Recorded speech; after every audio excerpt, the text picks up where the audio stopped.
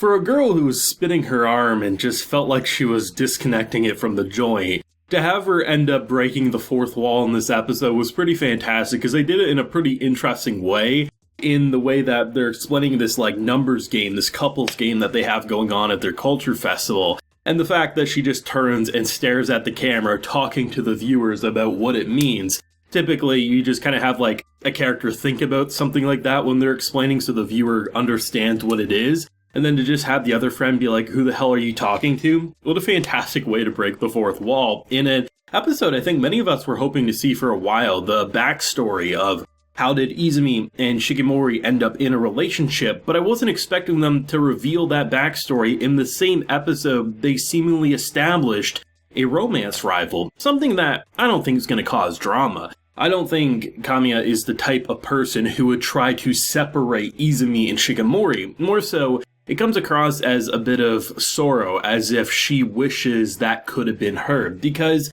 there is, without a doubt, some chemistry there, and you can tell that she generally likes Izumi as a person, and as he's explaining that story, she seems a little saddened to know that, that romance, that numbers game, it's sad that she couldn't be in the spot that Shikimori's in, and I'm curious to see, because Shikimori's definitely, she has a jealous tendency. I mean, there's this one man who continues to get her wrath, and seriously, he's the farthest thing from interested in dating Izumi, and she's bound and bent to kill a fool, and given that she's not jealous of her own friends, she definitely has a level head at times, but then at other times she kind of loses it and feels like yandere, so I'd be interested if they decided to go the route of having her learn that maybe Kamiya wishes that maybe she could have dated Izumi, and what type of conversation that could entail, whether drama, something a bit more level-headed, because I'm not saying it's guaranteed. They could, be baiting us in just for like the fact that maybe she was wishing that she could have had something similar with someone else, but given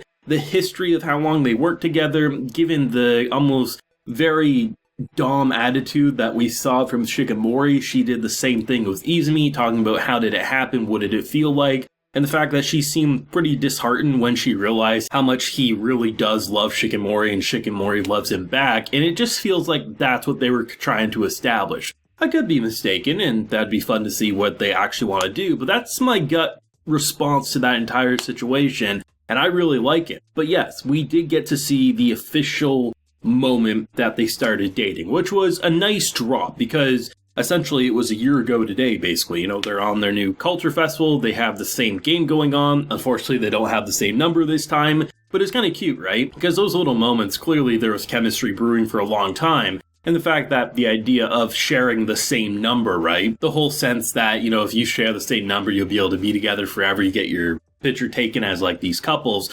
And the idea of the bad luck was actually pretty nice in this episode because there was two main instances of it. Or there was a couple, but like the two main ones were the fact that in present day, he got a unlucky number, right? And, of course, with Japanese, with certain unlucky numbers, of course, that means he's not going to share the same number as Shikimori as he did last year.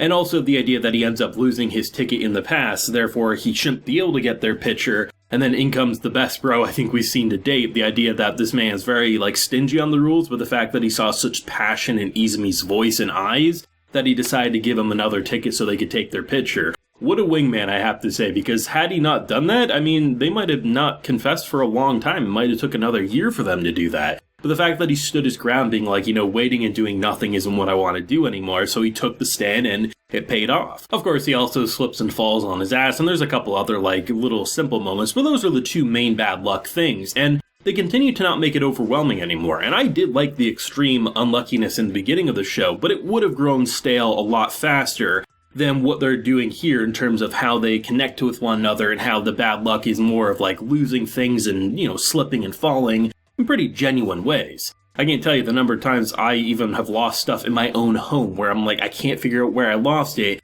and the thing was sitting right there and somehow I overlooked it. So I can kind of understand where his unluckiness is coming from now. So to have an episode that's just chock full of visually appealing scenes, the fact that they're all dressed up as animals, it was a visually fun-looking episode with the culture festival and everything going on, and then they sprinkle in a little bit of unluckiness as they simultaneously bounce around past and present without it feeling distracting or jarring, as they also just tied it together with a really cute couples game. Something that they're probably not going to actually be able to make a majority of people find their matching numbers, but it's really cool to see how, like, romance can blossom in that moment. And it was just nice because I think Kamiya is the type of character who I wasn't sure what they were going to do with, given the volleyball and everything like that, but seeing how she had, like, a friendship with Izumi with the library, and just seeing that they definitely, to me anyway, are establishing that she likes Izumi more than potentially just a friend, but also not that we're trying to make it so, like, there's drama of, like, Izumi's going to have to choose. Izumi would always choose Shikimori, we know that, like, that's where his heart lies.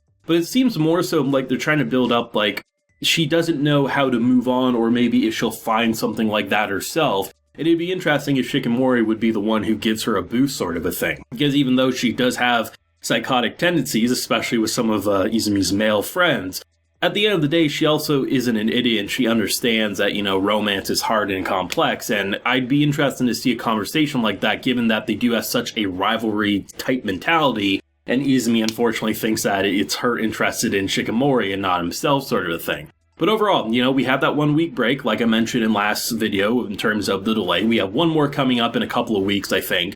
But ultimately, like, the delay, it's worth it. The show kicks into a culture vessel, one of my favorite type of school events that anime can show us, and they spice it up visually from what you typically see, while also showing us the backstory we wanted to see, and potentially throwing a little sprinkle of drama without making it go overboard. So of course, I thought this was a damn close, perfect episode for what I'd want to see from Shikimori's. I'm actually interested to see how they want to conclude this season of Shikimori, because in a lot of ways, I'd actually be okay with, like, a single season of this, like 12 episodes, because the fact that you start with them already in a relationship, right, you don't feel the need of, like, you need to see, are they going to be okay in the future? So I'm interested to see what other events, because fireworks, culture festival, those are the things that typically are at your final stretch of an anime, and this season is chock full of so many different shows doing it in the midway point. So are we going to end with Christmas? Are we going to end with, you know, different holidays? And what is going to be the big final hurrah? Because I already feel pretty convinced these two are going to stick together forever, and I don't need to see them get married or anything. I don't need a time skip or anything.